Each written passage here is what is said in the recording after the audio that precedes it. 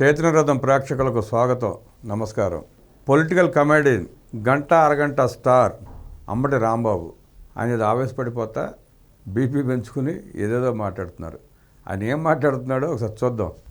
Polavaram project విషయంలో నారా చంద్రబాబు నాయుడు గారి తెలివి తక్కువ వలన, ఆయన దురాశ వలన ఈ ప్రాజెక్ట్ ఇంత లేట్ అయిందని, ఈ దుస్థితికి వచ్చిందని నేను ఇప్పటికీ ఎప్పటికీ దాని మీదే స్టాండ్ అయి ఉన్నాను. చర్చకు ఏమంటున్నాడు? సిగ్గుమాల బతుకులు, సిగ్గుమాల మాటలు మాట్లాడటం కూడా వెరుపు ఉండదు. వీళ్ళకి అన్నీ వదిలేశారు. 2 సార్లు ఎమ్మెల్యేకి గెలిచాడు, ఒకసారి ఏదో కార్పొరేషన్ చైర్మన్గా ఎలగబెట్టాడు. చంద్రబాబు గారి మూలంగా ఆలస్యమైందంట. ఈ దిక్కుమాల మంత్రులు, ఈయన ఒకడు గంట అరగంట మంత్రి, ఈయనకు ముందు బెట్టింగ్ మంత్రి ఒకడు ఉండేవాడు. పర్సెంటా 1% అంటే డైలాగులు చెప్పాడు. 2021 పూర్తి చేస్తామని సవాల్ చేశాడు, అసెంబ్లీలో పారిపోయాడు. తర్వాత ఈయన వచ్చాడు. ఇప్పుడు ఏమంటున్నాడు చూశారు కదా, వీళ్ళ హయాంలో 10% కూడా పూర్తి చేయలేకపోయారు. చంద్రబాబు నాయుడు గారి హయాంలో 72.7% పూర్తి చేశాడు ఆయన. చంద్రబాబు గారి మూలంగా ఆలస్యమైంది అంటాడు. అసలు వీళ్ళ మనుషులు అనుకోవాలా, ఏమనుకోవాలి? ఎరుపు లేకుండా ఆ రకంగా అబద్ధాలు ఆడటానికి అసలు ఏమన్నా అర్థం కావట్లేదండి. తిట్టడానికి తిట్లు కూడా చాలట్లా, దొరకట్లా. ఎవరితో అయినా చర్చకు సిద్ధం. ఏం చర్చిస్తాడు? ఫోన్లో సంజనా సుకన్యతో చర్చిస్తాడా? ఎవరితో చర్చిస్తాడు? నీకు అసలు ఏం తెలుసని చర్చిస్తావు? నీకు ఏం తెలుసని అడుగుతున్నావు అంటే, ఎందుకు అడుగుతున్నావో నెక్స్ట్ వీడియో చూస్తే అందరికీ అర్థమవుద్ది. ఈ పోలవరం ప్రాజెక్ట్ అనేది వెరీ వెరీ కాంప్లికేటెడ్ అంట. మరి అంత కాంప్లికేటెడ్ అనుకున్న ప్రాజెక్ట్ని దాని మీద వచ్చి చర్చిస్తా అంట. ఎవరితో చర్చిస్తావు రాంబాబు నువ్వు? అసలు నీకేం తెలుసని చర్చిస్తావు? నువ్వే అంటున్నావు ఒక కాంప్లికేటెడ్, నాకు దాని గురించి ఏం అర్థం కాలేదని. ప్రజలకు పనికి వచ్చే ఏ పని వీళ్ళకి అర్థం కాదు. అదే దోచుకోమని చెప్పండి, చాలా సులువుగా అర్థం అవుద్ది. పల్లెటూళ్ళల్లో పెంట కుప్పలు కూడా దోచుకెళ్ళిపోతారు దోచుకునే కాడికి వస్తే. ఈయనంటే చర్చకు వస్తాడు. ఎవరితో చర్చకు వస్తాడు? రా మాతో చర్చించు, నీకు అంత సీన్ ఉంటే. మా పై స్థాయి వద్దులే, నీకు అంత సినిమా లేదు, మా బోట్లతో చర్చించవా నువ్వు వచ్చి. అంత అర్థం కాదని గట్టిగా చెబుతున్నారంటే నాకు అర్థం కాలేదు కాబట్టి ఈ పోలవరం నీకు అర్థమవుతుంది. నాకు అర్థం కాలేదు కాబట్టి గట్టిగా చెప్తున్నాడు అర్థం కాదని. మళ్ళీ ఈయన చర్చకు వస్తాడంట పోలవరం ప్రాజెక్టు మీద. సిగ్గు శరం లేకుండా అన్నీ వదిలేసి, ఎందుకు పుట్టామో ఎందుకు పెరిగామో, నిన్ను అసలు 2 సార్లు ఎమ్మెల్యేగా ఎందుకు గెలిపించారో ఆ ప్రజలు, వాళ్ళకి అర్థం కాని పరిస్థితి, భరిస్తున్న మాకు అర్థం కాని పరిస్థితి. నువ్వేం మాట్లాడుతున్నావో, నువ్వేం మాట్లాడదలుచుకున్నావో నీకు అర్థం కాని పరిస్థితి. ఇంకా చాలా మాట్లాడాడు ఈయన, చూద్దాం. P4 అంటే ఏమంటారు చూసారా? పబ్లిక్ ప్రైవేట్ పీపుల్ పార్ట్నర్షిప్ అంటారు. పబ్లిక్, ప్రైవేటు, పీపుల్ ఏంటో పబ్లిక్ ఏంటో నాకు అది మీకు తెలిసి ఏడిచేస్తే ప్రజలకి తెప్పలేందుకు? పబ్లిక్ అంటే ఏంటో తెలియదు నీకు, పీపుల్ అంటే ఏంటో తెలియదు. నువ్వు మాట్లాడుతున్నావు పబ్లిక్ అంటే ఏంటో, పీపుల్ అంటే ఏంటో, ప్రైవేట్ అంటే ఏంటో అంట. పబ్లిక్ అంటే ప్రభుత్వం, పీపుల్ అంటే ప్రజలు. మీకు అది తెలియకే కదా మీరు 11కి కుదయబడింది. ఇంకా నువ్వు వచ్చి ఎటకారాలు చమత్కారాలు అనుకుంటేట నీకు అర్థం కాదు. పోలవరం విషయంలో చెప్పావు, పోలవరం అంటే ఏంటో నాకు తెలియదు, నాకు అర్థం కాదు, డయాఫ్రామ్ వాల్ అంటే ఏంటో కూడా తెలియదని చెప్పావు. ఇవాళ అట్లాగే P4 గురించి కూడా తెలియదు. నీకు ప్రజలు ఎవరన్నా బాగుపడతా ఉంటే కళ్ళలో నిప్పులు పోసుకుంటారు మీరు. మీ కళ్ళంటే రక్త కన్నీరు వస్తుంది, గిలగిలగిలా కొట్టుకుంటారు మీరు. మీకు ప్రజలు బాగుంటే ఇష్టం ఉండదు. మీరు బాగుపడటం ఎంతసేపు, మీరు దోచుకోవటమే, మీరు తినాల అంతే. మిగతా వాళ్ళు మాత్రం మలమల మాడిపోవాలి. ఇట్లా ఏడుస్తూ ఉండండి. మీ బతుకులు ఇట్లా ఏడుస్తూనే రిపీట్, మీ బ్రతుకులు ఇలా ఏడుస్తూనే గడిచిపోతాయి. అర్థం కాదు. People public ఒకటేగా.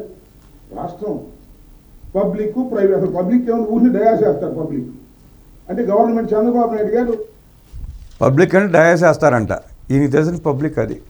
అంటే ఈయన ఏమనుకుంటున్నాడంటే, పబ్లిక్ అంటే ఆ పేటీఎం కూలీలేమో చెప్పగలను వచ్చి డయాసేసి వెళ్ళిపోతారేమో అనుకుంటున్నాడు. పైగా మన లాయర్ కూడా ప్రాక్టీస్ కూడా ఎలబెట్టినట్టున్నాడు. ఇట్టా మాట్లాడి ఇట్లా వాదించబట్టే కోర్టులో కేసులు కూడా వచ్చినట్టు లేవు. అప్పుడేదో ప్రజల కర్మకాలి ఎట్ట వచ్చిందో రేపల సీటు, ఎవరిని పట్టుకుని ఎక్కడ ఏ నొక్కితే వచ్చింది తెచ్చుకోవడానికి గెలిచాడు కర్మకాలి. ఎగ్గుదు బండ్లా తయారయ్యాడు రాజకీయానికి. అంతే, కొంతమంది బతుకుతుంటారే, అత్యవస వదిలేస్తారే. అట్లా వదిలివేయబడుతుంటారు కొంతమంది. ప్రజల మీదకి అట్లా వదిలివేయబడతారు. ఇట్లా తిరుగుతూ ఉంటారు హెబ్బరి తెగిచ్చి. దయచేసి పిలుస్తాడు, పేదలకు పంచి పెట్టమంటాడు. ఏంటిది ఈ తంతు ఏంటి నాకు అర్థం కాదా? పోనీ ఆయన పేదలకు పంచిపెట్టమంటున్నాడు, డయాస్ వేయించాడు, ఏదో ఒకటి చేశాడు. మీకు అది కూడా లేదు కదా, మీరు ఆ పని కూడా చేయలేదు కదా. నువ్వు దోచుకున్న డబ్బులతో నీ నియోజకవర్గంలో కనీసం 1000 కుటుంబాలను పోషించే కెపాసిటీ నీకు ఉంది రాంబాబు. నువ్వంతా దోచుకున్నావు. రూపాయి 2 రూపాయలు కాదు నువ్వు దోచుకుంది, 100 కోట్లు 1000 కోట్లకి వెళ్ళిపోయావు. నువ్వు కూడా చక్కగా 100 కుటుంబాలను పోషించవచ్చు. నువ్వు ఆ 100 కుటుంబాల్లో 200 మంది పిల్లల్ని చదివించవచ్చు, పేరు తెచ్చుకో. నువ్వు కూడా నిన్నెవడొద్దన్నాడు? నీకు ఏడుపు ఎందుకు అసలు? P4 మొదలుపెట్టారు, మంచి కార్యక్రమం అని చెప్పి చేపడుతున్నారు. పేదలను వృద్ధిలోకి తీసుకురావాలని, పేదలకు అండగా నిలబడాలన్న ధ్యేయంతో చంద్రబాబు నాయుడు గారు మొదలుపెట్టారు. దాని మీద నీకు ఏడుపు ఎందుకయ్యా?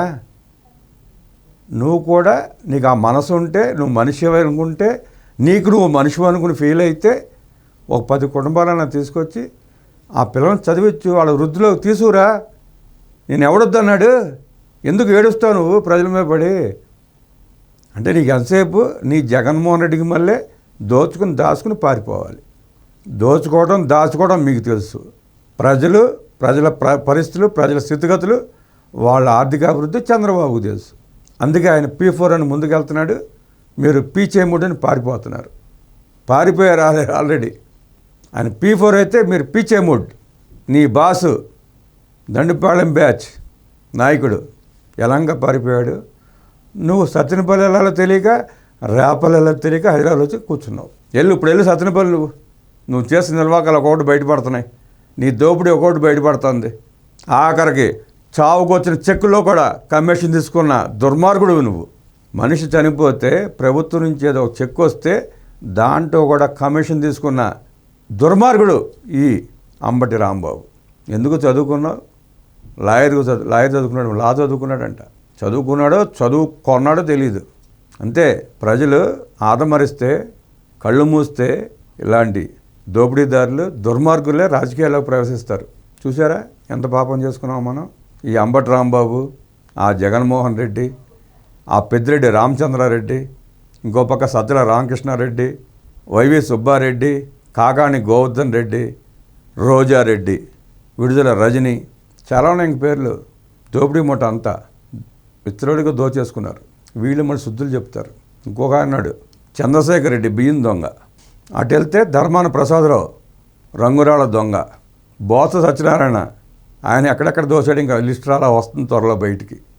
దొరికిన కాడికి దోచేసుకుని సిగ్గు శరం లేకుండా కూలి నీలి మీడియా ఉందని చెప్పి దాన్ని ముందు పెట్టుకుని ప్రశ్నించే జర్నలిస్టులను పిలవకుండా కూలి జర్నలిస్టులను పెట్టుకుని రెచ్చిపోయి మాట్లాడుతున్నాడు. డయాఫ్రామ్ వాళ్ళంటే తెలియదు, పబ్లిక్ అంటే తెలియదు, వచ్చి మైకి ముందు మాట్లాడుతున్నాడు. ఏం చేయాలంటారు అంటాడిని?